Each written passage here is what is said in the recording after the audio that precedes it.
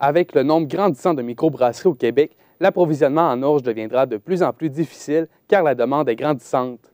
À long terme, cette situation pourrait amener une pénurie de bière. Pour parler de la situation, je reçois le directeur des ventes et marketing de La Voie Maltais, M. Carl Fleury. Bonjour. Bonjour. Donc, premièrement, est-ce que vous ressentez déjà cette pénurie de bière? Bien, actuellement, loin de la pénurie au niveau des bières, il y a une croissance énorme au niveau de la disponibilité des produits. Mais assurément que d'ici peu, on va en ressentir des contre-coups, que ce soit une pénurie de matières premières ou éventuellement aussi de main-d'œuvre, parce que c'est un défi qui se présente à nos portes, qui cogne, puis qui est déjà rentré dans certains domaines, là.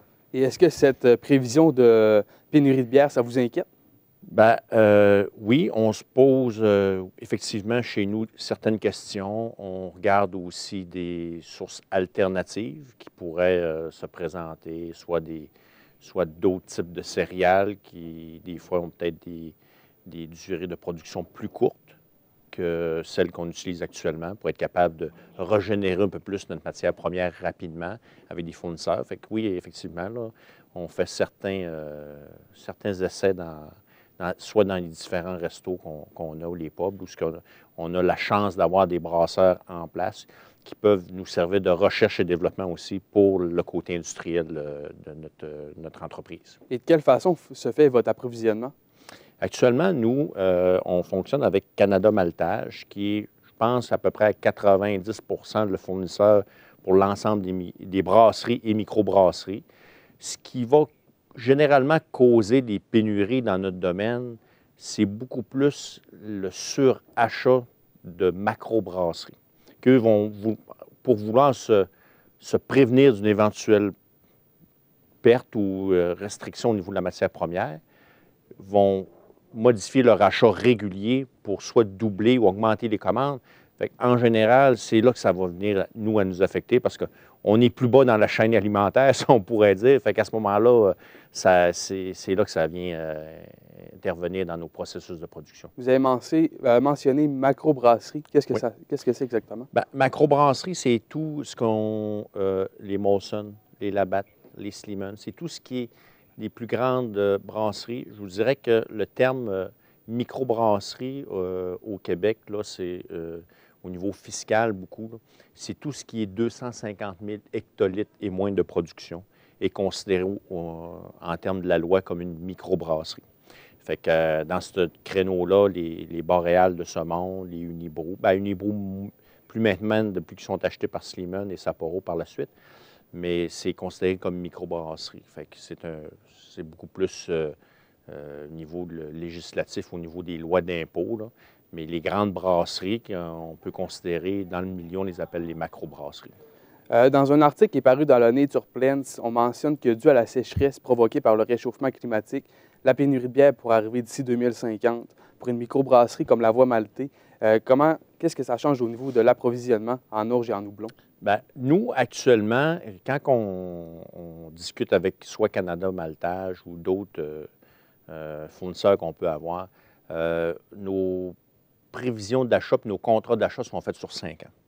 Fait que nous, on a déjà des houblons puis des céréales garantis sur les 5 prochaines années. C'est pas mal de même dans l'industrie. Ce qui peut venir faire varier ça, c'est un peu l'augmentation soit de notre production ou de notre volume d'affaires ou la diminution. Ensuite de ça, quand on vient à manquer soit de céréales ou de plus, on appelle ça, on va sur le marché houblon libre. C'est à ce moment-là, c'est soit des brasseries ou des microbrasseries qui ont un surplus de matières premières par rapport à ce qu'ils avaient prévu. Ils peuvent le mettre disponible pour d'autres brasseries.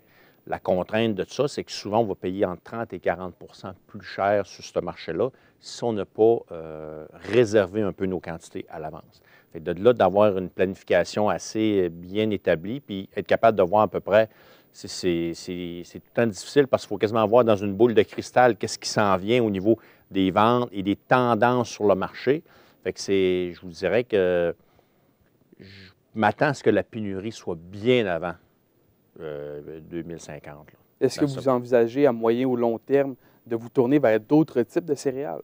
Oui, et c'est évidemment qu'on va songer là-dessus. qu'on va plancher pour travailler là-dessus. Puis pour venir à la pénurie, je m'attends à ce que la pénurie soit beaucoup plus causée par une augmentation de la consommation mondiale que par une diminution ou une incapacité de production de la part des fournisseurs. Si on regarde tout ce qui est le marché asiatique, on peut-être 10 à 15 ans de retard sur la culture bière ici au Québec puis en Amérique. Quand ces pays-là vont se mettre à rattraper le temps perdu, la demande mondiale qu'ils vont générer sur le marché va nous mettre bien avant le réchauffement de la planète au niveau de la pénurie de matières premières. Ça, j'en demeure convaincu. Bien, ce marché asiatique-là, justement, on prévoit que d'ici 2020, ça pourrait représenter 40 de la consommation mondiale de bière. Est-ce que vous percevez ça d'un bon œil? Bien, oui, parce que pour nous qui sont des pays producteurs, nous, on regarde déjà, là, on travaille déjà, on fait déjà affaire avec un exportateur pour travailler sur les marchés asiatiques, que ce soit le Japon, la Chine, ou ainsi de suite. Fait qu'à ce moment-là, nous, c'est positif parce que ça nous permet d'aller chercher la nouvelle argent, si on pourrait dire, dans l'économie, puis être capable de stabiliser nos opérations ici et même de justement nous permettre d'aller développer d'autres projets connexes que si on serait limité à notre marché ici, on n'aurait peut-être pas eu l'opportunité de développer. En fait, la Voie Maltais et la microbrasserie Pibrac ont produit la doublure dans le cadre du 25e anniversaire de la Société des fabricants régionaux. Parlez-nous un peu de ce concept. Bien, au départ, la Société des fabricants régionaux nous avait contactés pour faire une caisse de... Eux avaient un peu s'inspirer du 150e anniversaire du Canada avec 12 microbrasseries différentes à la grandeur du Canada. La complexité ici au niveau des lois, c'est d'être capable de réunir tout ce monde-là sous un même permis pour être capable de composer une caisse mixte. De là, l'intervention de Transcaisse dans le domaine. Maintenant, il y avait des réalités de fabrication que chaque microbrasserie était différente. Nous, notre capacité de production est beaucoup plus élevée que les autres, malgré que ça demeure encore pas beaucoup dans le domaine de la bière. Mais on va dire les minimums de production étaient au-delà de ce qu'eux autres pouvaient avoir besoin. Et ils voulaient aussi un produit exclusif pour la caisse, pour rendre ça plus attractif pour le projet. Donc, c'est là qu'on a parlé avec les gens de Pibrac.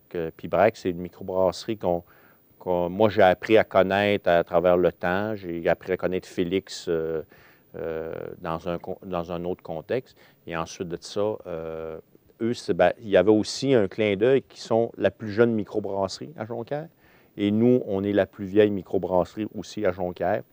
On considère aussi, bien, il y a plusieurs microbrasseries qui font des bons produits, mais eux, Pibrac, je pense qu'ils ont une constance et une rigueur dans le produit. Puis c'est des valeurs à lesquelles nous, on s'associe aussi. Puis et rapidement, beaucoup. Monsieur, les 4 bières inclus dans cette caisse, quelles sont-ils?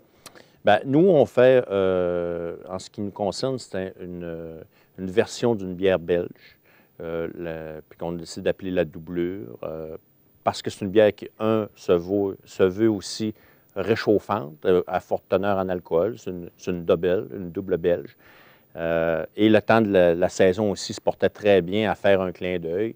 On a voulu aussi mixer un peu l'entité de ce que chacun faisait, sans dénaturer ce que chacun faisait. Fait qu'on s'est dit, on va travailler sur ça. Nous, on travaille beaucoup sur les jeux de mots, les caractéristiques, ainsi de suite. Les gens de Pibrac trouvaient ça aussi intéressant. Ensuite de ça, la microbrasserie, le Lion Bleu, qui ont été sollicités. Ensuite de ça, le Coureur des Bois et Riverban aussi, allemand.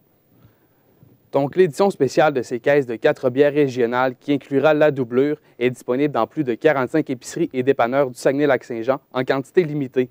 Monsieur Carl Fleury, merci beaucoup pour ces précisions. Ça fait plaisir. Je m'entretenais avec le directeur des ventes et marketing de la Voie Maltais, Carl Fleury. Mesdames, Messieurs, au revoir.